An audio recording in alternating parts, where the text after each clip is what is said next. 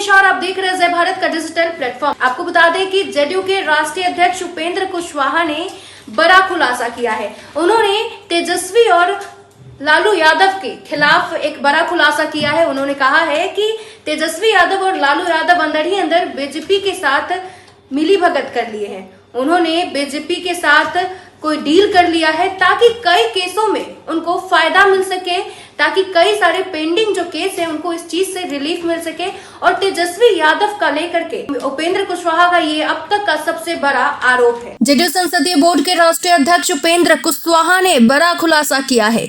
उन्होंने आज ये कहकर सनसनी फैला दी है कि लालू तेजस्वी का बीजेपी के साथ डील हो गई है।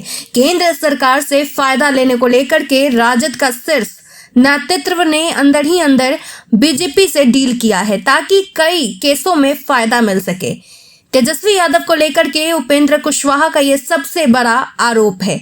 उपेंद्र कुशवाहा ने आज कहा कि राजद नेतृत्व सीधे तौर पर बीजेपी को फायदा पहुंचा रहा है।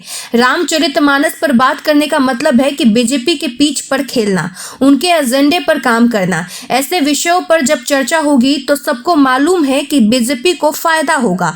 बीजेपी को फायदा पहुंचाने के मकसद से ये लोग काम कर रहे हैं। तेजस्वी यादव ने तो खुद कहा है कि उनके विधायक सुधाकर सिंह का बयान बीजेपी के पॉलिसी के अनुरूप है। उन्होंने स्वयं कहा और जब उनको भी मालूम है कि सच भी यही है तो सुधाकर सिंह और शिक्षा मंत्री पर राष्ट्रीय जनता दल को कार्रवाई करनी चाहिए। वे लोग कार्रवाई नहीं कर रहे हैं, ये दुखद बात है। उपेंद्र कुशवाहा ने कहा कि हमारे नेता नीतीश कुमार को राजद के लोग गाली दे रहे हैं। राष्ट्रीय जनता दल इस पर मौन है, इसको लोग किस रूप में लेंगे? ऐसी स्थिति में कैसे बर्दाश्त किया जाएगा?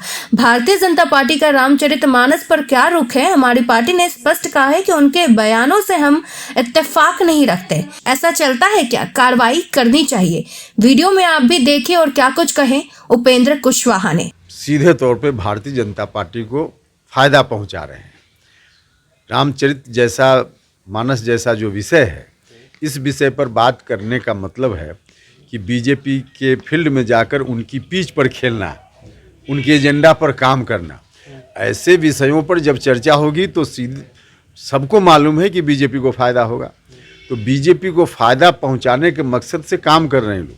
और तेजस्वी जी ने तो खुद कहा कि उनके जो एक विधायक सुधाकर जी हैं, उनका जो बयान है वह तो बीजेपी की पॉलिसी के अनुकूल है, स्वयं उन्होंने कहा। तो जब उनको भी मालूम है और सच भी यही है, तो चाहे सुधाकर जी बोलें या माननीय शिक्षा मंत्री जी बोलें, राष्ट्रीय जनता दल को कार्रवाई करनी चाहिए। कार्रवाई लोग नहीं कर रहे हैं, यह सबसे ज़्यादा दुख का विषय है। इतने दिन से सुधाकर सिंह का बयान सुन रहे हैं, हम तो बता रहे हैं ना कि इसके बावजूद कार्रवाई, अब कोई व्यक्ति शिक्षा मंत्री जी और सुधाकर जी का मामला नहीं है, राष्ट्रीय जनता दल के शीर्ष नेतृत्व का मामला है। सब लोगों को मालूम है कि बीजेपी को फायदा पहुंचाने का काम लोग लगातार कर रहे हैं। यह जानते हुए भी कार्रवाई नहीं कर रहे हैं, चुप है, मौन है, तो यह तो सीधे तौर पे गलत है। तो एक आशंका जो लोगों के मन में चर्चा का विषय रहता है हर जगह कि किसी न किसी रूप में भारतीय जनता पार्टी के दबाव में राष्ट्रीय जनता दल के लोग काम करते हैं ताकि उनको कुछ और मामलों में केंद्र सरकार से कुछ मदद मिल जाए। तो इस तरह की जो आशंका है, वैसी आशंकाओं को तो और बल मिलेगा ना। तो जितनी जल्दी कार्रवाई हो तो ऐसी आशंकाएं फिर खारिज होंगी। तेजस्वी यादव चुप है, यानी कि वो भी बीजेपी को मदद कर रहे हैं। या हम तो कह रहे हैं कि इतना के बावजूद भारतीय जनता पार्टी को मदद पहुंचाने वालों के खिलाफ कार्रवाई नहीं हो रही है, तब तो लोगों के मन में जो आशंका है कि किसी न किसी रूप में राष्ट्रीय जनता दल का शीर्ष नेतृत्व यह चाहता है कि केंद्र सरकार से उनको कई मामलों में मदद मिले, तो उसके एवज में बीजेपी को फायदा इनके लोग पहुंचा रहे हैं।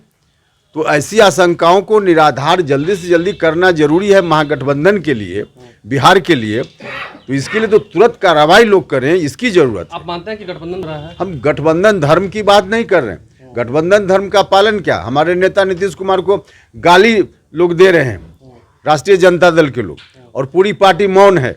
इसको किस रूप में लोग लेंगे? ऐसी स्थिति में भी कैसे इसको बर्दाश्त किया जा सकता है? और कल देखा है आप सब लोगों ने भारतीय जनता पार्टी का रुख रामचरितमानस के ऊपर, और हमारी पार्टी ने तो साफ साफ कहा कि उनके बयानों से हम बिल्कुल इत्तेफाक नहीं रखते हैं। तो इस तरह से चलता है क्या? उनको कार्रवाई करनी चाहिए।